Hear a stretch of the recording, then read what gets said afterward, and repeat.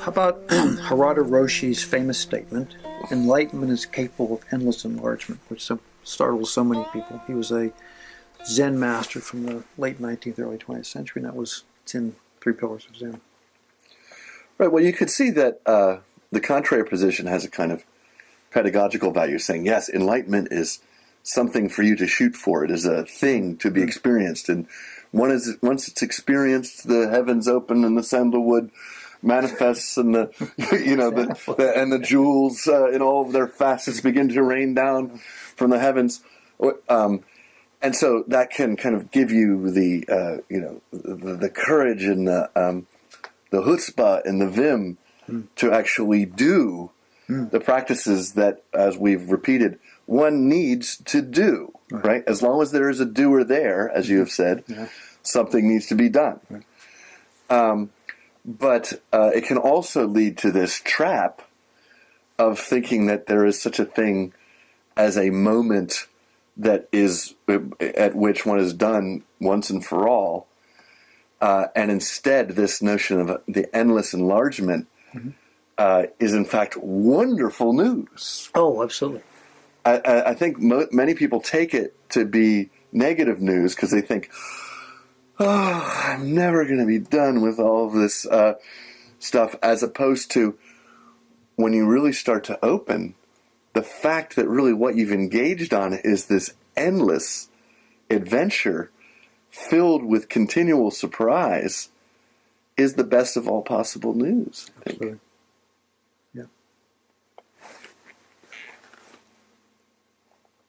Yeah, as you come across obstacles too on the path, it's like, I'm enlightened. I shouldn't be having this obstacle.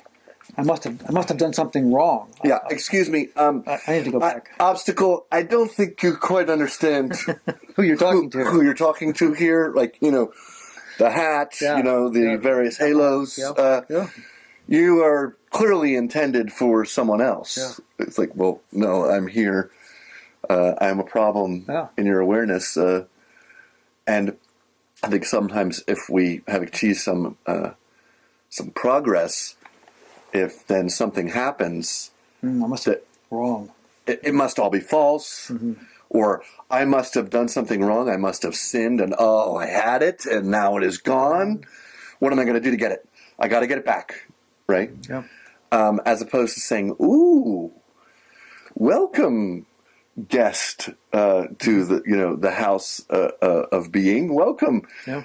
What is it that regret has to teach me today? What is it that remorse has to teach me today? What is it that joy has to teach me today?" As long as there's somebody there to experience an obstacle, then the obstacle is a gift, right? Well, as we've seen, it seems as if the obstacles, either they become more apparent or they do get more difficult. I mean, if we have this anthropomorphized version of universal consciousness as something that's trying to awaken itself or herself, then perhaps she just keeps doing more and more difficult challenges. But it seems like the ante keeps going up and you keep getting deeper and deeper. I mean, the more difficult the obstacles are that you face and the more you come into them and be present with them, we talked before, the deeper and more still the whole thing appears to get. So there is this ongoing enrichment in which it does, even though it's still, you think it can't get any better. There's nothing you could possibly bring in that would improve it or take away that would improve it. But yet at the same time it does get deeper and more still and more quiet and sweeter.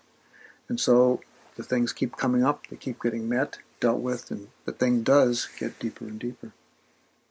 And more beautiful somehow. Yeah.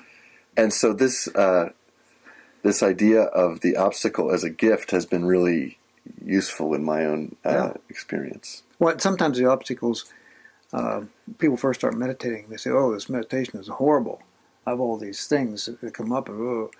They just weren't looking before. Yeah. Now they're looking, but this is further on down the road where you start getting clearer and clearer and clearer, and you look around the pond and there are a few bumps here and there. Important to remember that we have 50 trillion to 100 trillion synaptic interconnections. If only 10% of those have anything to do with what we're talking about, you're still looking at trillions, 3, 5, 8 trillion synaptic interconnections. Thank God they don't become unwired all at once. Yeah. There is a When they do, there's a problem. there's a problem. It's a gradual process of going deeper and deeper, and I believe that's what's happening. Is that these neural networks that are blocked up these old stories and old memories and fears and pains and desires begin to unravel.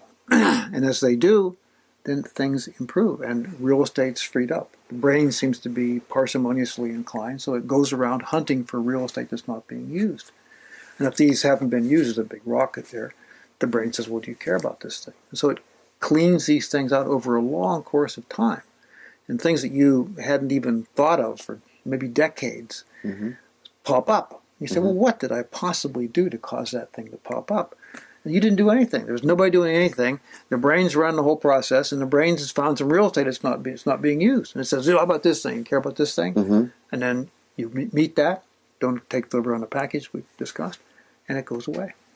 And it feels, because the sweetness continues, it feels like, as you put it, the ante is up, right? So it's like, okay, so we've dissolved all of these places where you seems to have had attachment to X, Y, and Z. Oh, here's Z prime. Yeah. How are you going to deal with Z prime? And you say, but I already dealt with X, Y, and Z. Yeah. But if you say, oh, yeah, actually, wow, I forgot all about Z prime. I didn't even know Z prime was an issue for me. I guess that's because X, Y, and Z were in the way. And yeah, let me see who sent Z prime. Yeah. To whom is it addressed? No thanks. Yeah. Right. Right. And it can feel like the ante is up, I think, upped, because there does seem to me to be something more almost primal and maybe even developmental about some of those ones that were below our threshold of awareness before. Is that, I've had experiences where I realized that I was experiencing, not in a kind of reenactment way, but that I was dealing with the trauma of breaking my legs when I was 2.5 years old. And I had no idea that was even in there. Still hanging around. Yeah. But it was the same kind of thing. I was like, oh. Yeah. Well, legs feel great. You say, these things I have attached to having broken my legs, is it still useful? I mean, they're not useful anymore. No. They're stories from long ago. Yeah. And what your grandma thought about you playing soccer or whatever. Yeah. Oh, let's not get into that. It doesn't matter. It just so doesn't matter. Yeah. And so this let go. Could you let go of this thing? And you're only hanging on to it because you think it has some kind of protective value. Yeah.